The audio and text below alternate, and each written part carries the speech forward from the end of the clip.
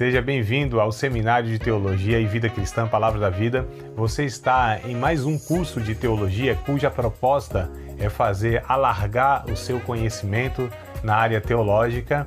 Um curso descomplicado, contextualizado, provocativo, reflexivo e que faça sentido para a nossa vida cotidiana. Porque entendemos que não só a construção conceitual da teologia, respeitando as correntes da teologia construída nesses quase 2000 anos, mas isso só não é suficiente. Nós pretendemos que a partir do entendimento bíblico, dos conceitos esclarecidos, nós possamos reproduzir isso em uma espiritualidade no nosso cotidiano e nas relações. Seja bem-vindo a mais... Bom, amadas, vamos lá então, na continuação do nosso assunto, porque o assunto não vai mudar, né? Mudou a carta, mas é o mesmo assunto que Paulo vai tratar para a mesma igreja. Ele estava falando lá para os irmãos na cidade de Tessalonicenses, aqui continua falando com esses irmãos, é por isso que é chamada de segunda carta aos Tessalonicenses. O público é o mesmo e o tema é o mesmo, né? Por exemplo, lá em Corinto, na cidade de Corinto, Paulo escreveu 2 cartas, mas eram temas diferentes, né? Então ele abordou assuntos diferentes. Aqui não, continua o tema que é a vinda de Cristo, né? Esse foi o principal tema da carta da passada, da primeira, né? E hoje a segunda da continuação, tem aqui uns detalhes que a outra não tinha, mas o tema em si é o mesmo. Então, segunda Tessalonicenses, eu até coloquei aqui uma reticência, né, no meu esboço, mais sobre a vinda, ou sobre a segunda vinda de Cristo, né? Então, segunda Tessalonicenses são mais instruções, orientações sobre a segunda vinda de Cristo. A gente fala segunda vinda porque a primeira foi quando de fato ele veio, né, como ser humano e viveu como ser humano, enfim. Mas ele virá uma segunda vez, virá para buscar a igreja. Nós temos essa esperança. Eu não sei a realidade da igreja de vocês, né? Ou das igrejas que vocês têm contato, irmãos que vocês conhecem de outras denominações, mas na minha própria igreja sinto falta disso, e em tantas outras aí que eu frequento, né? Porque eu gosto muito de ter comunhão com outros irmãos, independente das denominações, aquelas lógicas que eu me identifico, né? Costumo visitar um aqui, outro ali, tenho pastores, amigos, enfim. E a gente parece que alguns temas não são pregados, não são expostos, né? E um deles, me parece que já de tempos, eu digo de tempos porque houve de fato um período, né, na nossa igreja aqui também, eu digo no Brasil, que se falava muito sobre a vinda de Cristo, sobre o arrebatamento da igreja. Tinha temas que nós abordávamos, dávamos mais ênfase, né? A vida de santificação, né? De evangelismo, de oração, né? Os pentecostais de busca dos dons espirituais. Falava-se muito também do arrebatamento, né? Que é a segunda vinda de Cristo. Então a gente parece que deixando alguns temas da Bíblia, né, de escanteio, e falando talvez mais do mesmo, e muito assunto talvez que não seja assim tão relevantes em relação aos outros, por exemplo, como esse aqui, a vinda do Senhor Jesus. Nós precisamos viver, amadas, como cristãos, nossa vida no cotidiano, nas relações, né, que nós vivemos, ordinárias, como a gente fala, né, do cotidiano, mas entendendo que Jesus de fato, ele a qualquer momento, e isso não é um sensacionalismo, né, como muitos às vezes querem passar, olha, Jesus pode vir agora e tal, de fato é verdade, Jesus pode arrebatar a igreja a qualquer momento. Não há, segundo os comentaristas especialistas aí nesse tema, né, escatologia, dizem que de fato não há nenhuma exigência mais, nenhum sinal para acontecer para que Jesus venha. Porque assim, por exemplo, sei lá, há 1000 anos atrás nós tínhamos, né, alguns sinais que não tinham sido cumpridos ainda. Aqueles que Jesus fala lá em Mateus capítulo 24, olha, é necessário que haja isso e aquilo, né, tem que acontecer assim, assim, assado. Então, depois de acontecer tudo isso, aí Jesus viria. Então, na época de Jesus, por exemplo, ou na época dos apóstolos ali, Jesus não poderia vir, porque não foi cumprido algumas profecias, alguns sinais não tinham sido manifestos ainda. Mas os cristãos, eles viviam nessa perspectiva de que Jesus viria mesmo, ele viria a qualquer momento. Então, assim, Atos dos Apóstolos, quando a gente vê o comportamento dos nossos irmãos, né, deixando tudo, vendendo casa, vendendo todos os bens e viveram assim como se Jesus viesse naquele momento, porque eles entenderam, se Jesus, é a promessa de Jesus que ele vem nos buscar, para que a gente precisa de tudo isso? Para que eu preciso de um... Né? Contextualizando, lógico, na época não existia, mas se fosse hoje, né? Para que eu preciso de um carro caro? Para que eu preciso de casas? Para que eu preciso de tanta coisa se os nossos irmãos aqui que estão conosco, eles não têm o mínimo? Então vamos fazer o seguinte, vamos vender tudo que a gente tem aqui. A gente está falando de 5.000 pessoas, né? Mais ou menos, tomaram essa decisão. Tá certo que não eram 5.000 que fizeram isso em si, mas naquele contexto, naquela conversa, 5.000 pessoas, muitos dos irmãos... Isso, capítulo 5, 4 e capítulo 5, por exemplo, aliás, desde os dois, né? 2, mas o 4 e o 5 vai trazer essa informação mais específica, que alguns irmãos vendiam suas propriedades para repartir com os outros que não tinham. Então eles tinham muito forte essa sensação de que Jesus viria naquele momento. Aí o que acontece? Foi passando os anos, Jesus não veio. Alguns irmãos foram morrendo, inclusive, né? Alguns parentes deles ali estavam morrendo, e aí eles ficaram meio confusos, se entristecendo. Poxa, morreu aqui meu filho, meu pai, meu cônjuge, meu tio, sei lá quem, e Jesus não veio, o que está acontecendo? Aí Paulo escreve a primeira carta, lá no capítulo 4, né? Do verso de número 13, estou falando da carta que a gente estudou passada. Aí ele fala, ó, não, vocês não se entristeçam como os demais, né, pensando que Jesus já veio. Acerca dos que dormem, não quero que vocês sejam ignorantes. Aí ele fala a respeito de todo esse processo do arrebatamento e tudo mais. Enfim, então, dada essa introdução e essa retrospectiva da primeira carta, agora, nessa segunda, Paulo ele vai retrabalhar esse ponto, tá? Mas antes que a gente entre mesmo aí nessas questões mais pontuais, deixa eu colocar aqui aquelas informações para vocês. Quem escreve? Paulo. Ficou fácil agora, né? Então, Paulo é quem escreve, é o autor da carta. O que ele escreve? Então, ele escreve mais sobre o retorno de Jesus, tá? Ele escreve mais sobre o retorno de Jesus, né?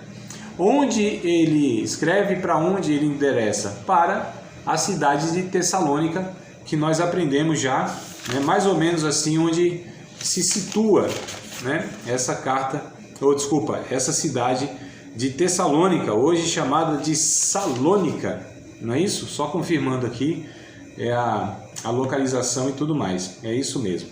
Bom, quando ele escreve essa carta? Alguns meses depois da primeira. Quando ele escreveu a primeira, vocês lembram, amada? Aí agora foi a pegadinha, né? Vocês lembram quando ele escreveu a primeira? Vocês lembram qual texto bíblico que fala... Oi, mano. Quando, mano, Lúcia? 51 depois de Cristo. Isso, exato. O ano 51. O ano, sim. E quantos meses depois dele plantar a igreja, lembra? Não. Não, né? Então vamos lá, vamos fazer essa recapitulação, mas ótimo, já guardou aí, ó. A data da primeira tá ótimo, aqui já é referência maior, né, pra gente saber da segunda. A primeira carta, então, ele escreve no ano 51, só que lá em Atos dos Apóstolos, né, a gente viu onde Paulo ele começa essa igreja. Quando ele começa essa igreja, ele fica pouquíssimo tempo lá, pouquíssimo tempo nela. Depois de 6 meses que essa igreja inicia na cidade de Tessalônica, ele escreve a carta, depois de 6 meses. Essa segunda, um pouquinho depois, não dá para precisar, né, exatamente, mas pode colocar assim alguns meses, né, poucos meses, tá? Não chega a ser um ano não. Então assim, entre a primeira e a segunda, né, tem aí em torno de talvez um ano que ele escreve as duas cartas. Então essa segunda, alguns meses depois da primeira, que também é uma carta recente para uma igreja. Essa informação, eu estou trazendo essa informação para pontuar isso. a igreja ela era nova convertida, era imatura, nesse sentido de que não tinha tempos que esses irmãos estavam vivendo o evangelho, estavam sendo ensinados por Paulo, não. Eles eram novos, né? Convertidos, por assim dizer, tá? Então, só para a gente entender também toda esse contexto aí. Por que Paulo escreve? Por quê? Para encorajar aqueles que estavam sendo perseguidos, né? Então, o motivo de Paulo escrever. Por quê? Para encorajar aqueles que estavam sendo perseguidos e para corrigir alguns mal entendidos. Então, a gente vê dois motivos, né? Para encorajar esses irmãos que estavam sendo perseguidos lá e para corrigir lá alguns mal entendidos, e a gente vai ver quais males entendidos eram esses. Mal entendidos, como fala o português assim, no plural? Mal entendidos, deve ser isso, né? Então, vamos lá. Paulo escreveu 1 Tessalonicenses para incentivar a comunidade, tá, de cristão, né, comprometido, mais perseguidos, e para ajudá-los a entender seu futuro. Então, a primeira carta que ele escreve. A segunda, que é essa aqui, Paulo corrigiu um mal entendido, né, sobre a volta de Cristo à Terra e insistiu na vida santa durante esse meio tempo. Tá? Então, essa segunda é para isso. Para corrigir esses mal-entendidos, a gente vai ver quais foram eles, e para incentivar o comportamento, a vida, a conduta, o bom testemunho, a vida piedosa. Então Paulo aqui ele vai falar, ó, Jesus não veio, ele vai vir, mas enquanto ele não vem, vocês precisam viver uma vida honesta, uma vida, né, santa, por assim dizer. Porque quando a gente fala vida santa, isso é genérico, né, irmão? Ah, Deus fala para a gente viver uma vida santa, mas o que é uma vida santa? O que a gente precisa de exemplo, a gente precisa saber o que é uma vida santa, porque isso aqui na cabeça de cada um pode ser coisa totalmente diferente, né? Tem uns que pensam que santidade é cara feia. Não, o cara tem que ser sério, não pode nem contar uma piada não, que isso não é de Deus e tal. Tem gente que tem isso na cabeça, né? Cada cabeça uma sentença, como dizia minha mãe, diz ainda, né, minha mãe. Mas o que é santidade? E aí a gente vai ver aqui depois. Bom, vamos lá. Propósito da carta. Propósito. O propósito de Paulo nessa carta é semelhante ao da primeira. Primeiro, animar seus novos convertidos perseguidos. Tá? Então, ó, propósito. Primeiro propósito. Animá-los, incentivá-los, né? Porque eles estavam sendo perseguidos. Segundo propósito de Paulo, para escrever essa carta. Exortar, né? Encorajar a dar bom testemunho cristão e a trabalhar cada um pelo seu sustento. A gente vai ver aqui alguns textos aqui. Então, vocês têm que trabalhar, porque alguns estavam mesmo de fato assim, Jesus vai vir, então para que esse negócio de trabalhar, pagar boleto? Não, que é isso, deixa isso aí quieto. Paulo disse, não, vocês têm que trabalhar. A gente vai ver aqui mais para frente, né? Só estou pontuando. Terceiro propósito, porque Paulo escreveu essa carta, corrigir certos erros, né, doutrinários sobre eventos dos tempos do fim, ligados ao dia do Senhor. A gente vai ver esse tema aqui, dia do Senhor, inclusive aqui no capítulo 2, né, já entrando na carta, no texto, não sei se vocês estão com a Bíblia aberta aí, mas aqui, ó, já no capítulo 2, versículo de número 2, a gente vai pegar esse texto aqui para extrair, né, aqui o que Paulo de fato estava exortando aqui esses irmãos. Me lembrei agora, ainda bem que me lembrei, hein? Porque vocês lembram na aula passada que eu pedi para vocês lerem essa carta? Olha aí agora, hein? Vanessa, Lenuce, agora eu peguei vocês, hein? Será que leram a carta? Aí, vocês lembram da aula passada? Que eu pedi para vocês lerem a carta, segunda carta aqui, que era 3 capítulozinhos só. Acho que até caiu a conexão aqui, ó. Vocês foram até ajudadas agora. Vocês ouviram o que eu falei? Não. Será que deu uma travada aqui no vídeo de vocês? Vocês estão me ouvindo? Voltou aí? Estão ouvindo? Tudo certinho, amadas?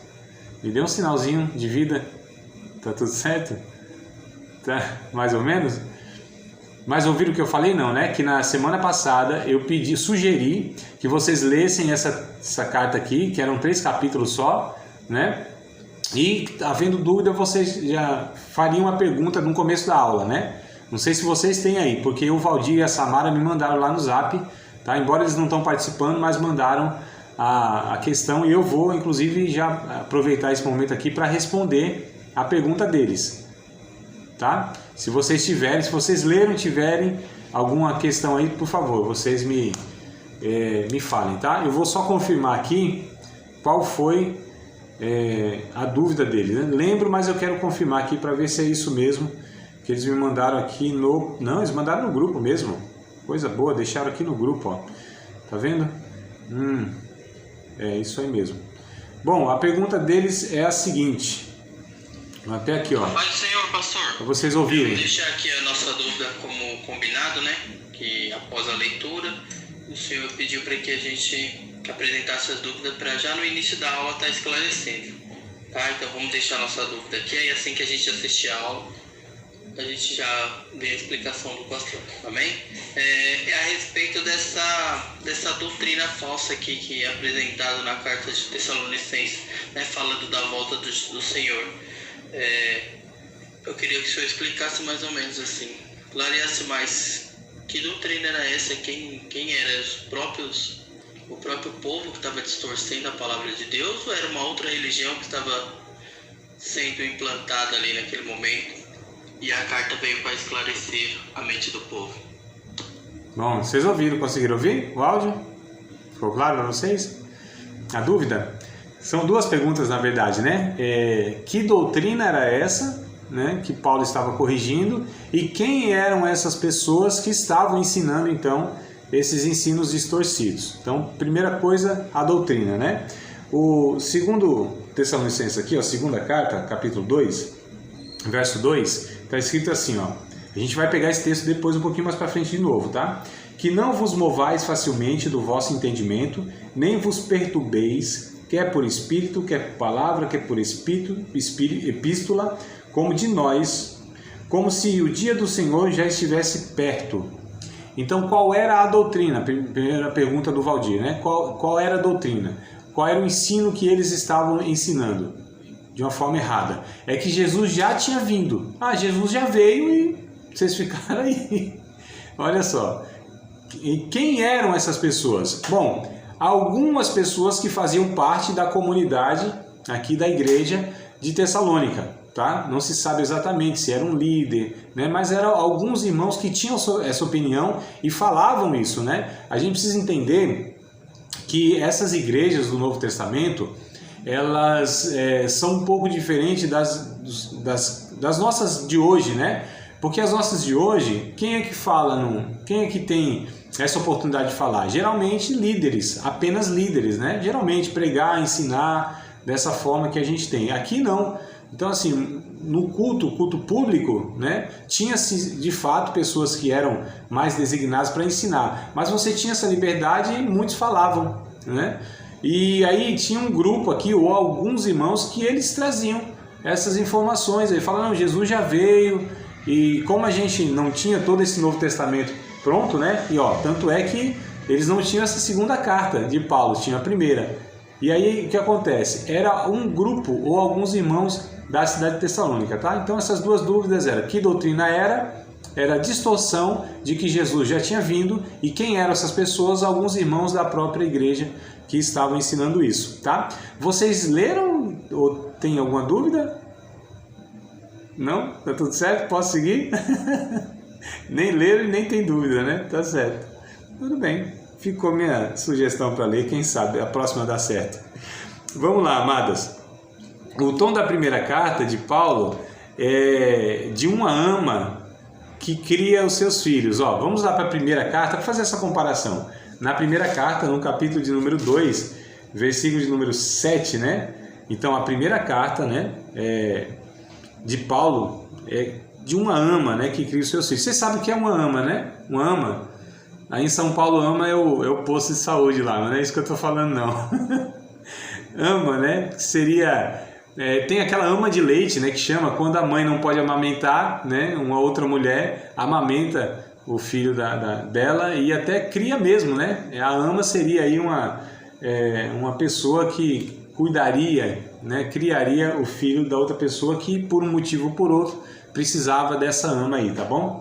Então, ó, no capítulo 2, primeira carta, capítulo 2, verso 7, Paulo ele diz assim, ó, antes fomos brandos entre vós, como a ama que cria seus filhos. Então olha o tom, né, que Paulo lida com esses irmãos aí na primeira carta, né, como se fosse quase uma mãe, né, alguém cuidando, gerando, alimentando e tudo mais. Na segunda, o tom é primeiramente o de um pai que disciplina os filhos desobedientes para corrigir os seus caminhos. Aqui a segunda, então, o negócio já foi, porque vocês sabem, né, o pai ele tem essa figura mais impositiva, né? Eu estou falando via de regra, né, amado? A gente sabe que tem as diferenças, às vezes é o contrário e tal, mas de uma forma mais geral, né? A mãe é aquela que acolhe, né? Aquela que faz lá às vezes até protege, né? De uma correção maior do pai, né? Via de regra, a gente sabe que tem o contrário, às vezes é o pai que faz isso aí, mas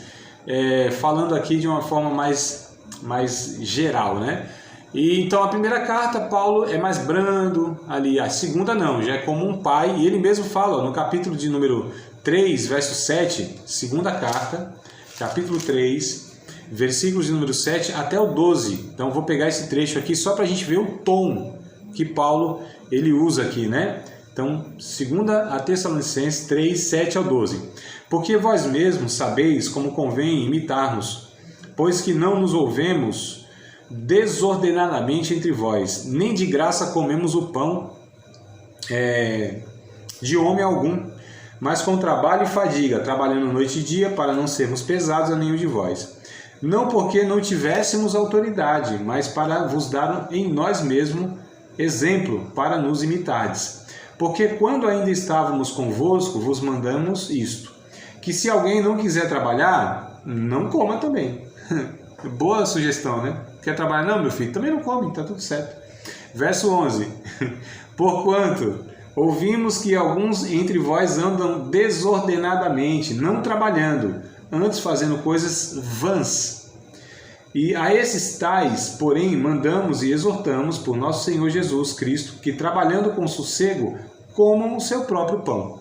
Então Paulo aqui, ele já é duro, né? Ele já vem corrigindo. Então olha, a gente já percebe aqui quais erros que tinham de comportamento entre alguns irmãos lá nessa igreja. Que alguns falam, já que Jesus não vai vir, aliás, já que ele não veio e, né, vai demorar, então a gente...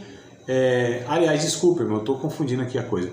Eles pensavam o seguinte, já que Jesus vai vir, né, então a gente não precisa trabalhar, vamos ficar aqui aguardando a vinda do Senhor. Só que eles queriam comer, queriam ter as coisas. Não, calma aí, vai ficar então sendo pesado para os demais? E Paulo vai falar, tá bom, se eles não querem trabalhar, falam para eles então também não comerem. Eles andam dando mau testemunho, né? Preguiçosos, gente ociosa, que não produz nada, nem para o reino de Deus, nem para a sociedade, nem para a comunidade. São pessoas mesmo preguiçosas. Então Paulo aqui, ele corrige esse comportamento de alguns irmãos, tá? Elogia-os, né? Porém pela sua perseverança, tá? Pela sua fé, né? E perseverança, né?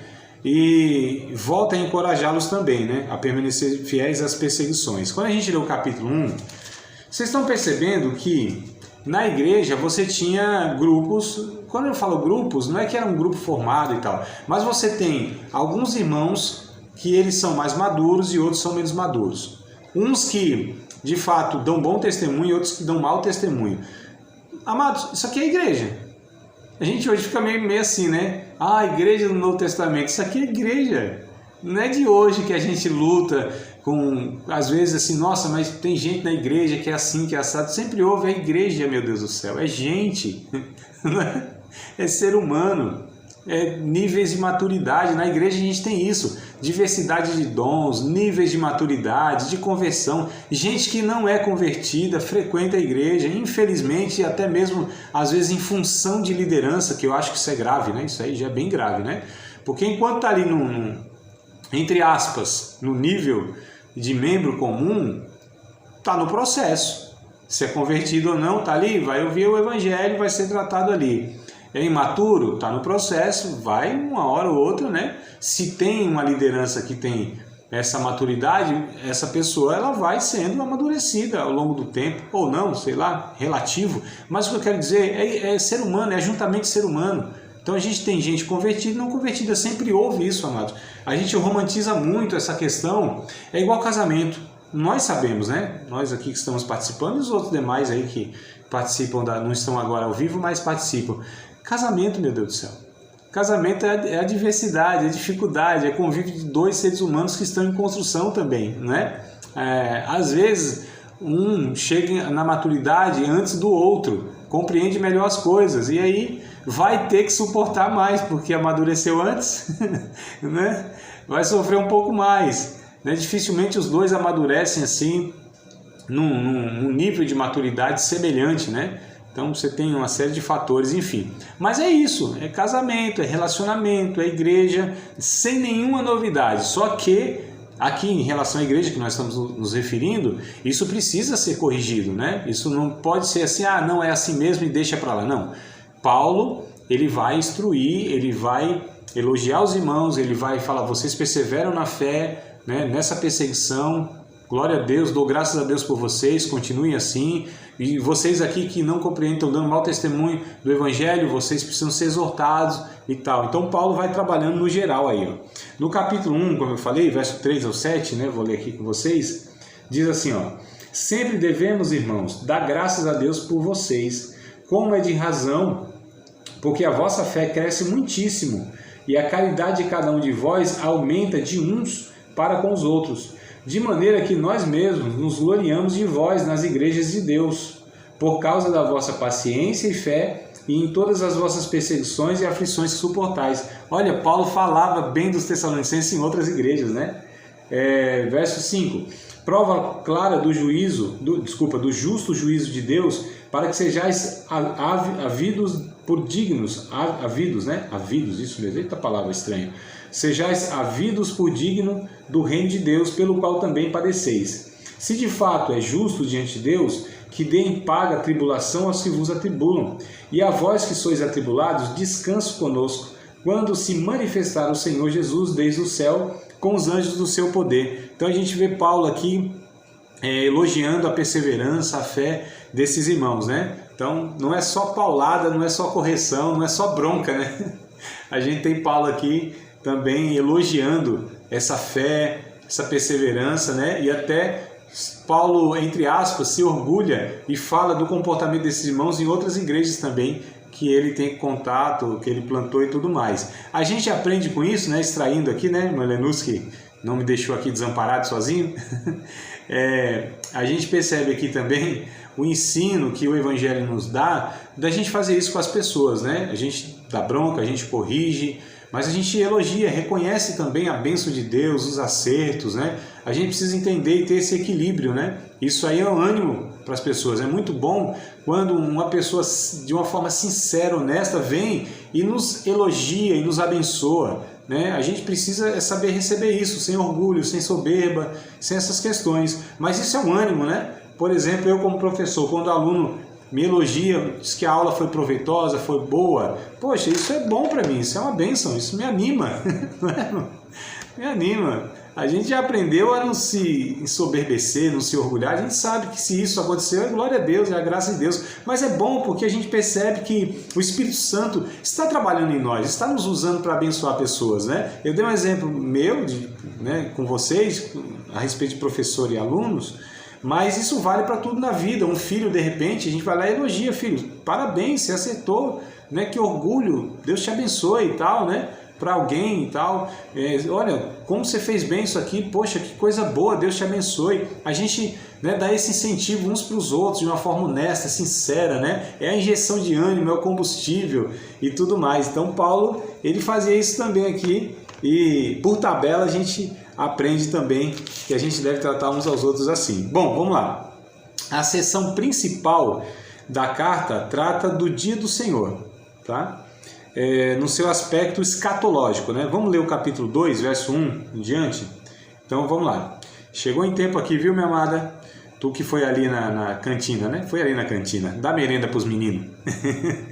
Vamos lá, capítulo 2, verso 1 em diante, né? Essa seção principal da carta, ela trata do dia do Senhor, né? Do aspecto escatológico, tá? Esse capítulo 2 aqui, ó. Então do verso 1 até o verso 12, Paulo, ele vai falar sobre a vinda de Cristo e como aconteceria isso, tá? Porque ele está corrigindo. Lembra que os irmãos falam, não, Jesus já veio. Aí ele fala, não, veio não. Então vamos ler juntos aqui, né? Vocês acompanhem aí e me ouçam.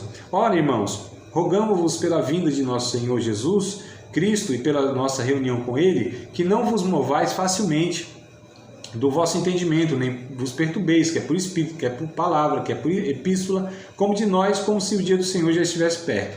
Aí ele diz, ninguém de maneira alguma vos engane, porque não será assim, sem antes venha a apostasia e se manifeste o homem do pecado, o filho da perdição. Então Paulo vai falando, Jesus, ele não veio e não vai vir antes que aconteça isso aqui, Ele começa no verso 3, verso 4. O qual se opõe e se levanta contra tudo que se chama Deus, ou se adora, de sorte que se assentará como Deus no templo de Deus, querendo parecer Deus. Isso vai ter que acontecer. Não vos lembrais de que essas coisas vos dizia quando ainda estava convosco? Então Paulo já tinha falado para eles, né, lá, e eles parece que esqueceram. E agora, vós sabeis o que o detém, para que o seu próprio tempo seja manifesto. Porque já o mistério da injustiça opera, somente há um que agora resiste, até que do meio seja tirado. Então será revelado o iníquo, a quem o Senhor desfará pelo assopro da sua boca, e aniquilará pelo esplendor da sua vinda. Verso 9. E a esse cuja vinda é segundo a eficácia de Satanás, com todo o poder e sinais e prodígio de mentira. Olha, Paulo está dizendo que virá um homem, um líder, que ele será a própria manifestação de Satanás, hein? Vamos lá, verso 10. E com todo engano da injustiça para os que perecem, porque não receberam o amor da verdade para se salvarem, e por isso Deus lhe enviará a operação do erro, para que creiam na mentira. Verso 12, para que sejam julgados todos os que não creram na verdade, antes tiveram prazer na iniquidade. Então Paulo, ele vai aqui nessa primeira sessão falando a respeito da vinda do Senhor, mas num aspecto escatológico, ou seja, o que vai acontecer nos últimos tempos que precede a vinda de Cristo, né? Um pouquinho antes de Cristo vir, vai aparecer. Então aqui, ele coloca essa figura aqui, né? Que alguns em Tessalônica afirmam, esses termos aqui do verso 2 eu acho interessante, tá? Quando Paulo diz assim, vocês não se movam aí, né? Facilmente no entendimento de vocês, não se perturbem, quer por espírito, o que seria isso, né? Se mover por espírito, nem vos perturbeis, quer por espírito. Ou seja, supostamente, num culto, alguma coisa assim, alguém, né, dizendo por uma mensagem, talvez, entre aspas, de revelação, de profecia, né, falando, Jesus, ele já veio e tal. Então essas profecias que a gente ouve por aí, possivelmente é isso que Paulo está se referindo. Vocês não se perturbem, né, por espírito, ou seja, por alguém que está falando supostamente pelo Espírito de Deus, mas não é, não é? Por palavra, por uma mensagem verbal, alguém está ensinando ou pregando isso, não também sejam levados por isso, né? Por epístola, supostamente escrita até pelo o apóstolo Paulo. É possível que alguém lá na comunidade tenha falado, não, Paulo já escreveu uma carta dizendo que Jesus já veio. Paulo disse, não, por nós não escrevi nada não. Então olha só, ele coloca aqui, não se movam quer por palavra, por espírito ou por epístola. Então essas coisas, cuidado, são mensagens, são meios, né, que estão usando para falar, para ensinar esses conteúdos falsos, tá? O dia do Senhor e a grande tribulação já tinha começado, né? Segundo essas pessoas falavam, Jesus já veio, o dia do Senhor já aconteceu e a gente está vendo a grande tribulação. Vocês não ouvem aí muitas vezes alguém falando assim, a gente já vive aí a grande tribulação, a gente já vive, né? A gente já vive, o inferno é aqui, essas conversas. Falam, não, a fala, são conclusões das pessoas. A gente precisa prestar muita atenção que a Bíblia, ela de fato pontua a respeito de tudo isso, amados. E olha só como Paulo ele vai corrigindo tudo isso. E olha só como desde aquele tempo já tinha toda essa imaginação fértil, cristãos falando um monte de bobagem, né? Repito, ser humano, imaturidade, falta de fato de conhecer o que Deus, né, estava falando a respeito aí de todas essas questões, tá? Então, olha só, eles diziam que o dia do Senhor e a grande tribulação já tinha começado. Então, Paulo corrige esse erro, declarando que 3 eventos, olha só, notáveis, vão assinalar e vão preceder, né? Tem que vir antes da chegada do dia do Senhor. Então, olha que coisa interessante. 3 eventos, Paulo diz, que tem que acontecer antes que Jesus venha. E eu listei aqui. Primeiro, ocorrerá uma grande apostasia e rebelião. Verso 3. Eu acho interessante vocês anotarem isso para memorizar, tá? Então, primeiro evento que tem que acontecer, que está no capítulo 2 e verso 3, tá? O que vai acontecer? Uma grande apostasia e rebelião. Ninguém de maneira alguma vos engane, porque não será assim sem que antes venha a apostasia e se manifeste o homem do pecado, o filho da perdição. O que é a apostasia? É o desvio da fé. Então, o que Paulo estava dizendo? Que antes que Jesus venha, haverá uma enorme quantidade de pessoas abandonando a fé. Prestem atenção, amadas, que coisa interessante aqui, ó, para a gente entender. Naquele tempo, isso era muito raro. Você não tinha essa proporção de pessoas que tinham aceitado Cristo e tinham abandonado a fé. Isso era muito raro, né? Hoje não. Hoje, meu Deus do céu, quem a gente encontra, a impressão que eu tenho, não sei se vocês, amadas, têm essa impressão, parece que todo mundo já conheceu o Evangelho, já participou de uma igreja e é um desviado. Não sei se vocês têm essa impressão. Não é verdade? Fala, não é possível, a gente vai evangelizar morador de rua, um monte já foi crente, pastor, obreiro e tudo mais. A gente vai na cadeia, igual eu fui ontem, estive ontem mesmo, terça-feira, estive na penitenciária lá, um bocado de gente lá desviado. O rapaz veio e falou assim, ora por mim, pastor. Eu falei, oro sim, meu amado, qual é o teu nome? Miqueias. O outro, Isaías. Jonas, Naum, Obadias, é o nome das pessoas que estão lá encarceradas. É tudo crente, tudo filho de crente. Crente não, né? Tudo filho de crente e tal. Então, brincadeiras à parte, mas hoje a gente tem essa realidade assustadora, né? Esse abandono da fé. E aqui não, aqui isso era muito raro. E Paulo diz, esse é um dos sinais, que haverá uma grande apostasia, né? Um volume enorme de pessoas abandonando a fé. E nós vemos isso hoje. Então aqui eu posso até entender que hoje nós estamos vivendo um contexto onde as coisas estão sendo conduzidas, né? E até mesmo a realidade, preparando o terreno para que Cristo venha. Bom, então aqui a gente percebe que o primeiro evento é esse, tá? Então guardem aí que isso aqui é muito importante nessa carta aqui. Primeiro evento que Paulo diz que vai acontecer é essa apostasia e a rebelião, né? Muitas pessoas rebeldes quanto à vontade de Deus. O segundo evento aqui, ó, a restrição, olha só, determinada por Deus para resistir à injustiça, será removida. O verso 6 ao verso 7, ó, porque já o mistério da injustiça opera, somente há um que agora resiste, até que do meio seja tirado. Verso 6, eu li o 7 só, desculpa, vamos o 6 e o 7. E agora vós sabeis o que o detém para que o seu próprio tempo seja manifestado.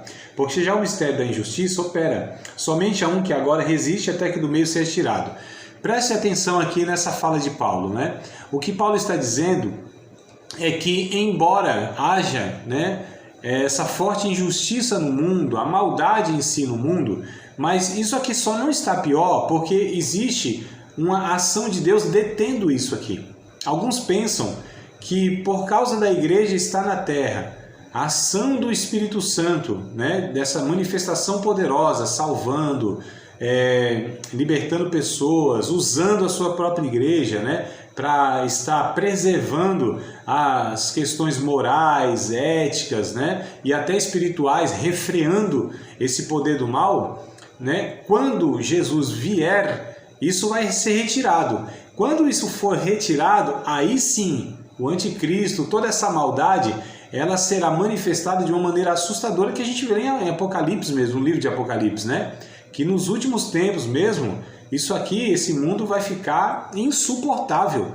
A ação de demônios, a violência, a injustiça, a depravação, a idolatria, enfim, né? O ser humano vai ser assim de fato quase que entregue, né, a maldade e a malignidade uns dos outros e até de ações demoníacas e satânicas que a gente vê em Apocalipse. Então aqui Paulo ele coloca o segundo ponto: existe um que detém. Eles não se manifestaram ainda, o filho da perdição, o próprio anticristo, né, que é o que Paulo ele vai estar tratando aqui, porque ainda tem um que o detém. E os estudiosos eles dizem, quem detém é o próprio Espírito Santo através da igreja, refreando tudo isso aqui. Então, ó, segundo evento, tá? Terceiro evento aqui, ó. O homem do pecado se revelará. Versos 3 e o verso 4, né? Então, nós lemos o 3, mas vamos ler de novo, junto com o 4 agora. Ninguém de maneira alguma vos engane, porque não será assim, sem que antes venha a apostasia e se manifeste o homem do pecado, o filho da perdição, o qual se opõe e se levanta contra tudo que se chama Deus ou se adora, de sorte que se assentará como Deus no templo de Deus, querendo parecer Deus. Aqui é o próprio anticristo, que ele vai falar que esse anticristo, ele vai de fato se manifestar, não é? Então a gente vê o verso 8 ao 11, para completar aqui esse pensamento. Ó. E então será revelado o iníquo, a quem o Senhor desfará pelo assopro da sua boca e aniquilará pelo esplendor da sua vinda. A esse cuja vinda é segundo a eficácia de Satanás, com todo o poder e sinais e prodígios de mentira, e com todo o engano da injustiça para os que perecem, porque não receberam o amor da verdade para se salvarem. E por isso Deus lhes enviará a operação do erro para que creiam na mentira. Olha só, quando o anticristo vier, ele vai enganar a muitos e a quase todos, por assim dizer. Aí Deus vai entregar a todos para a mentira. Mas por que Deus vai entregar a todos para a mentira? Por que Deus vai permitir isso? O verso de número 10 diz, porque eles rejeitaram a verdade, né? Porque não receberam o amor da verdade para se salvarem. Então, como eles rejeitaram Deus, então Deus os entrega as suas próprias paixões e a própria mentira. Por isso que o anticristo, ele enganará a muitos. Ou, aliás, quase todos. A gente está falando da população da Terra, amados. A gente não está falando de um país, a gente está falando da população mundial. Haverá uma figura humana, né? Mas que será a própria personificação do diabo. Ele vai enganar todas as pessoas e vão se revoltar contra Deus. A gente vê, repito, novamente lá em Apocalipse a gente vê isso. Pessoas blasfemando de Deus. Por mais que venham todas as punições de Deus, esse povo blasfema de Deus ainda, né?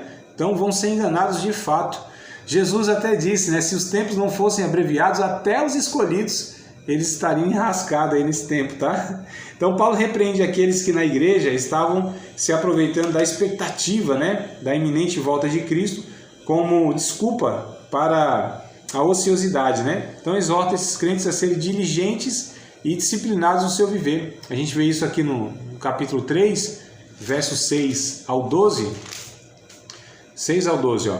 Mandamos-vos, porém, irmãos, em nome do Senhor Jesus Cristo, que vos aparteis de todo irmão que andar desordenadamente, não segundo a tradição que nós recebemos. Então olha como Paulo ele orienta. Vocês não tenham comunhão com esses irmãos que dão mau testemunho. Olha que coisa interessante. Paulo, lá em 1 Coríntios, no capítulo 5, preste atenção que eu acho que isso aqui é muito importante para nós, né? Lá em 1 Coríntios, capítulo 5, Paulo ele diz assim, ó, eu não digo para vocês não se associarem com os mentirosos, os ladrões, os adúlteros, os bêbados, senão vocês iam ter que sair do mundo. É o contrário que hoje as pessoas muitas vezes são ensinadas, né? Não, você só tem que ter amizade com crente, só tem que ter amizade dentro da igreja. Paulo disse, não, eu não falo para vocês somente ter amizade com crentes, senão vocês iam ter que sair do mundo. Já pensou de não ter contato com ninguém, só falar e ter relacionamento com o irmão? Não é assim a realidade, né? Agora lá em 1 Coríntios, Paulo continua falando assim, mas aquele que dizendo-se irmão, aí sim, der mau testemunho, for ladrão e aquela coisa toda, aí desse não tem a comunhão. Porque a gente está sendo cúmplice de alguma maneira e está reforçando publicamente um mau testemunho, quando a gente tem comunhão com aquela pessoa que se diz discípulo de Cristo, mas tem um comportamento totalmente diferente. Aí a gente tem esse comportamento, fala, não, meu irmão, você não quer se arrepender, você escandaliza o nome de Cristo, você dá mau testemunho, então eu não te considero como um irmão. Agora Paulo aqui está dizendo mais ou menos a mesma coisa. diz que é discípulo de Cristo, mas não quer se arrepender, anda dando mau testemunho, então se aparta desse aqui, ó. Parece ser pesado, parece ser uma coisa radical, mas é isso, amados, por esses motivos que eu falei, né? Que Paulo ensina lá em 1 Coríntios, tá? Agora sim, os outros não, né? Os outros a gente vai influenciando, a gente vai dando bom testemunho, se aproximando justamente para ganharmos para Cristo. Verso 7, né? Que a gente vai até o 12 aqui. Porque vós mesmos sabeis como convém imitar-nos, pois que não vos ouvemos desordenadamente entre vós. Nem de graça comemos o pão de homem algum, mas com trabalho e fadiga, trabalhando noite e dia, para não sermos pesados a nenhum de vós. Não porque não tivéssemos autoridade, mas para vos darem vós mesmos, em nós mesmos, o exemplo para nos imitardes. Porque quando ainda estávamos convosco, vos mandamos isso, que se alguém não quiser trabalhar, não coma também. Porquanto ouvimos que alguns entre vós, algumas pessoas entre vocês aí, andam desordenadamente, não trabalhando, andam fazendo coisas vãs. Então Paulo vai exortando esse grupo, esses irmãos aí, que por desculpa, né, porque Cristo viria, eles não iam trabalhar mais, tá? Chegou mais um aluno aí, ó, coisa boa. Vamos lá. 3 características aqui para a gente caminhar para o final. Isso, anote aí, ó. Tá anotando, ela tá anotando, meu Deus do céu. Então, 3 características da segunda carta aqui, tá? Primeira característica, anote aí, isso aí. Ela contém um dos trechos mais completos do Novo Testamento, essa é a primeira característica, tá? A respeito da iniquidade e da apostasia desenfreada no final dos tempos, tá? Então a primeira característica é essa, que contém um dos trechos mais completos que fala a respeito então dessa apostasia desenfreada, né, que haverá no final dos tempos. Como eu disse, nós já estamos aí presenciando algo semelhante, algo parecido. Não posso afirmar exatamente que é o cumprimento dessa passagem, mas olha que a gente já está vivendo algo assim bem parecido com isso, tá?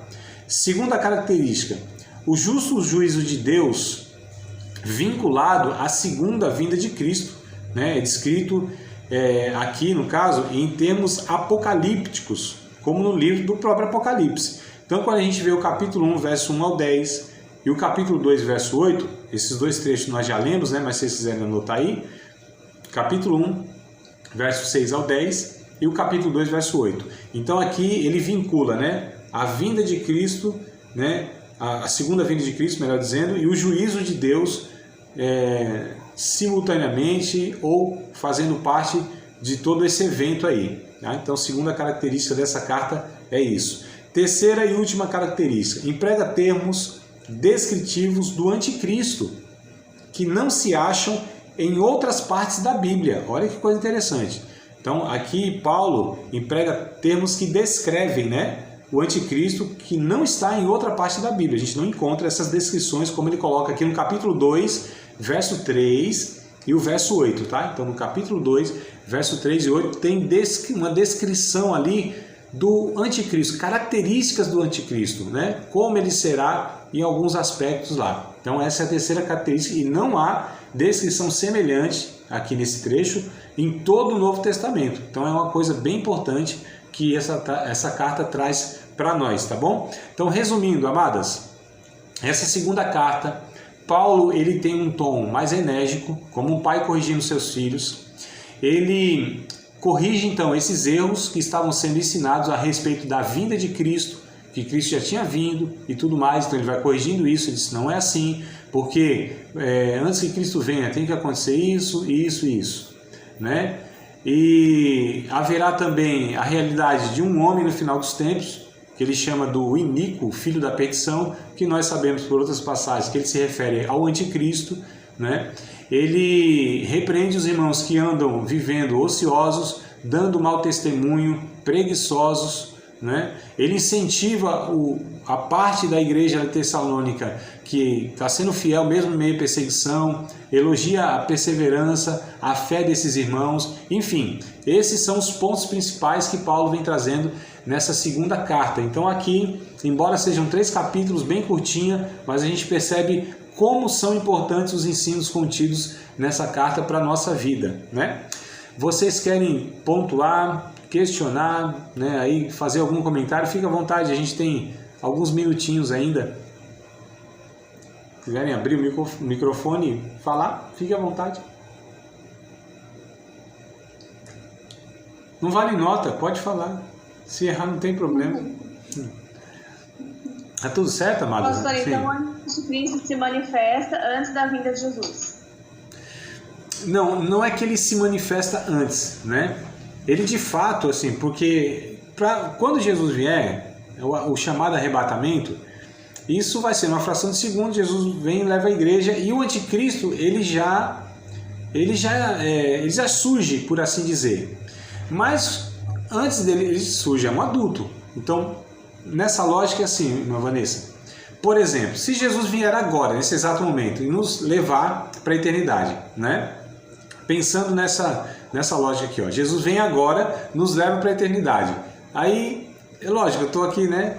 Amanhã o anticristo aparece aí no cenário mundial. Então, ele já existia. Ele já, né? Porque é um adulto. Então, ele já existia. Então, é possível, tá? Não estou falando uma questão de um sensacionalismo, não. É possível que o anticristo já exista. É possível. Porque se Jesus pode vir nos buscar agora, então o anticristo pode já estar aí, né? Então, nesse sentido, quando Jesus vier, o anticristo ele já existe. Ele só não se manifestou com toda como fala, meu Deus do céu, essa influência toda que ele tem, porque o Espírito Santo está impedindo que isso aconteça. Entendeu o ponto, amada? Entendeu? Então essa questão, ele existe, quando Jesus vier, ele já existe. Talvez já tenha uma certa influência, só que não terá a influência, né, como ele vai ter, porque o Espírito Santo de alguma maneira impede que isso aconteça. Mas quando o Espírito Santo levar a igreja, aí ele se manifestará com toda essa influência no âmbito mundial. Então a questão é, antes que Jesus venha buscar a igreja, o anticristo, ele já está atuando, tá? Quando Jesus ele leva a igreja, aí o anticristo ele se manifesta de uma maneira assim assustadora, né? Esse é o ponto. Pastor, e a grande tribulação? Tem muita discussão sobre isso, se a igreja vai passar por ela ou não passa por ela. Isso é uma discussão longa, que eu digo, no sentido assim, porque a gente tem irmãos sérios, né, ensinadores sérios, que têm opiniões diferentes, né? Então você tem lá um grupo de irmãos e teólogos, né, respeitados inclusive, que pensam que Jesus ele virá antes da grande tribulação. Isso é chamado de pré-tribulacionismo, ou seja, que a igreja será levada antes, né, será levada antes que a tribulação aconteça. E a tribulação é contada, os 7 anos, aqueles famosos 7 anos, né, da grande tribulação, é contado a partir da ida da igreja. Eu estou falando daquele que pensa que a igreja ela será levada antes. Tem uns que pensam que a igreja será levada no meio da grande tribulação, porque assim, quando começar a grande tribulação, haverá 3 anos e meio de falsa paz, né? Aí, depois desses 3 anos e meio, haverá de fato a chamada grande tribulação na perseguição intensa, principalmente contra os judeus e aqueles que declararem fidelidade a Cristo, né? Ou seja, que não se renderem ao sistema mundial de Satanás e tudo mais.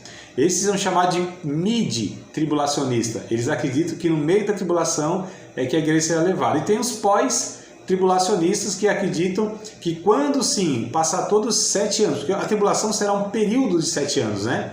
Só que 3 anos e meio ali, numa coisa mais maleável, mais uma falsa paz, né? E os outros 3 anos sim, numa intensa perseguição. Então nesse período de 7 anos, o pós-tribulacionista pensa que no final da grande tribulação é que a igreja será levada, será preservada, né? Então tem essas 3 posições. Eu entendo, tá? Estou dando a minha opinião pessoal, como eu disse. A gente tem irmãos sérios, reconhecidos, né? Eu digo respeitados no meio do ensino teológico, que têm opiniões diversas. O meu entendimento é que a igreja ela não passará por esse período da grande tribulação. Porque o que marca, no meu entendimento, pela leitura de alguns textos, inclusive no próprio Paulo em Tessalonicenses, né? Não vou dar lógica todos os textos, porque isso é um estudo de escatologia mesmo, né? Uma coisa que exige, assim, bastante reflexão. Mas, por exemplo, em 1 Tessalonicenses, capítulo 5, verso 9 é assim, está escrito lá que Deus não nos destinou para a ira, referindo-se à grande tribulação, né? Que é a ira de Deus. Então, eu entendo, se vocês pensarem diferente, não tem problema, não está pensando hereticamente, por assim dizer, né? Se vocês ouvirem outro irmão falar, não, isso aqui está tudo errado porque o professor ensinou assim, não, cada um tenha os seus textos bíblicos e tal, né? Porque de fato é uma coisa um pouco dá margem para outras, né? Então a gente vai se identificando com a posição e você assume aquela. Não quer dizer que o outro irmão é um herético, né? Quer dizer que, para mim, o que me convence mais é isso aqui. A gente precisa entender essas divergências, a gente precisa conviver com pessoas que pensam diferente. Se não for heresia, tá tudo tranquilo, né? O ruim é heresia, mas que não chega a ser, só são opiniões divergentes, tá? Então, assim, eu entendo que o que marca a grande tribulação é a retirada da igreja da terra. Então, esse é o ponto. Jesus vem, leva a igreja, começa a grande tribulação, 3 anos e meio de falsa paz, 3 anos e meio de grande perseguição mesmo, tá? Esse é o meu posicionamento, assim, de uma forma bem superficial, sem elaborar muita coisa, né? Só para ser bem direto mesmo, tá? Digam aí, se tiver mais questões, bora nós. A última. Pode ser a antepenúltima. O anticristo, ele vem em pessoa, será uma pessoa, ou ele será uma nação que vai se levantar? Porque tem também essa discussão, que será uma potência que vai se levantar. Uhum. Aí tem essa parte do templo. Será um templo físico ou não? Será algo só uma metáfora? Tá, vamos lá. Então, a Bíblia fala lá, principalmente no livro de Apocalipse, que haverá de fato uma confederação, né, de nações que elas serão potências mundiais, né? E através dessas potências mundiais o anticristo vai governar. Vou dar um exemplo, eu não estou dizendo que é isso, tá? Mas, por exemplo, a gente tem o Mercosul, né? Que é um conjunto de países que eles têm alianças políticas e econômicas, onde eles têm aí por assim dizer, um bloco, né? Um bloco por causa de interesses, tal. Aí a gente tem a União Europeia, que também é um conjunto de países que eles têm aí também um combinado, eles têm pactos, aliança e tudo mais. Então a gente já percebe reuniões de potências, né? Você tem o chamado G12, que são um grupo de 12 países mais poderosos do mundo, né? Então quem acompanha um pouco de jornal, alguma coisa, sabe do que eu estou falando, né? Então, olha só, a gente percebe então que existe essa estrutura já, essa proposta, eu repito, eu não estou dizendo que eles são essa confederação, né, que o anticristo vai se utilizar. Também não sei, não posso falar que não, mas também não afirmo que sim, também não posso falar que não, né? Mas a questão existe sim essa realidade de que haverá uma grande confederação de países mais poderosos do mundo, onde eles entregarão toda uma autoridade para essa figura, que é uma figura literal, é um ser humano de fato, tá? Lá em Daniel, por exemplo, dá algumas características, né, de como será. O próprio Paulo diz aqui também algumas características deste homem, então será de fato um homem. Lá em Apocalipse capítulo 13, capítulo 14, vai falar de 2 figuras. Na verdade, não será uma figura só não, serão 2 figuras. Um chamado de anticristo, que é um líder político, né? Que lá em Apocalipse fala a besta que sobe do mar. E o falso profeta, que é um líder religioso, a besta que sobe da terra, né? Na metáfora de Apocalipse lá, os capítulos 13 e 14. Então serão 2 homens que um contribuirá para a autoridade do outro. Ou seja, o falso profeta, ele incentivará, ensinará, estimulará os homens, né, por ser um líder religioso, que acreditem nesse líder político, tá certo? Esse que vai querer ser o próprio Deus, se assentar, né, como Paulo diz, na cadeira lá de Deus, no templo lá de Jerusalém, aquela coisa toda, que é o anticristo, não é? Então são 2 figuras literais, são 2 pessoas, Só que são essas pessoas investidas, por assim dizer, da influência satânica, tá? Serão duas personificações. O Apocalipse fala de uma tríade, né? Ou triunidade. Não, acho que isso aí só se refere a Deus, né? Mas como Deus é triuno também, né? Pai, Filho e Espírito Santo, o diabo quer imitar tudo. Então lá tem a figura do anticristo, tem a figura do falso profeta e do próprio dragão, né? Que é o próprio Satanás. Então a gente percebe aí que há essa tentativa de imitação de quem é a Trindade, né? Mas haverá sim duas pessoas que são literais e vão fazer isso no final dos tempos, ou seja, assumirem lideranças religiosas e políticas. Só para vocês entenderem, o Papa, eu também não estou dizendo que é o Papa, tá, irmão? O que vai ser o Papa. Mas o Papa, na história, durante em torno de 1000 anos, né? Lá dos anos 300 e pouco, até o ano 1400, 1500, aí o Papa, ele reunia a autoridade religiosa e política. O Papa mandava no mundo. Os papas mandavam no mundo, eles tinham essa autoridade, né? A Igreja Mundial, a Igreja Católica, por assim dizer, é quem mandava no mundo. Tinha os reis lá, rei da Inglaterra, rei da Espanha, rei da Itália e tudo mais. Mas o Papa, ele tinha autoridade sobre esses governantes de diversos países. Isso durou mais de 1000 anos na história. É só estudar a história agora a gente percebe isso, né? Então o Papa talvez seja a figura do Papa, estou dizendo, né? Talvez seja esse modelo, né? Ou seja, um poder político e religioso juntos que governarão o mundo, tá? Escatologia a gente trabalha mais isso aí. Se tiver a última, pode fazer. Manenu, se tiver a primeira, pode fazer também. Bora lá. Não, tá tudo certo? Vanessa, fica à vontade. É para perguntar mesmo. Vamos aproveitar já que vocês estão animados. Isso aqui para mim é muito bom. Não, calma. Tá certo? É que esse assunto é muito interessante. É um assunto excelente. Eu também acho.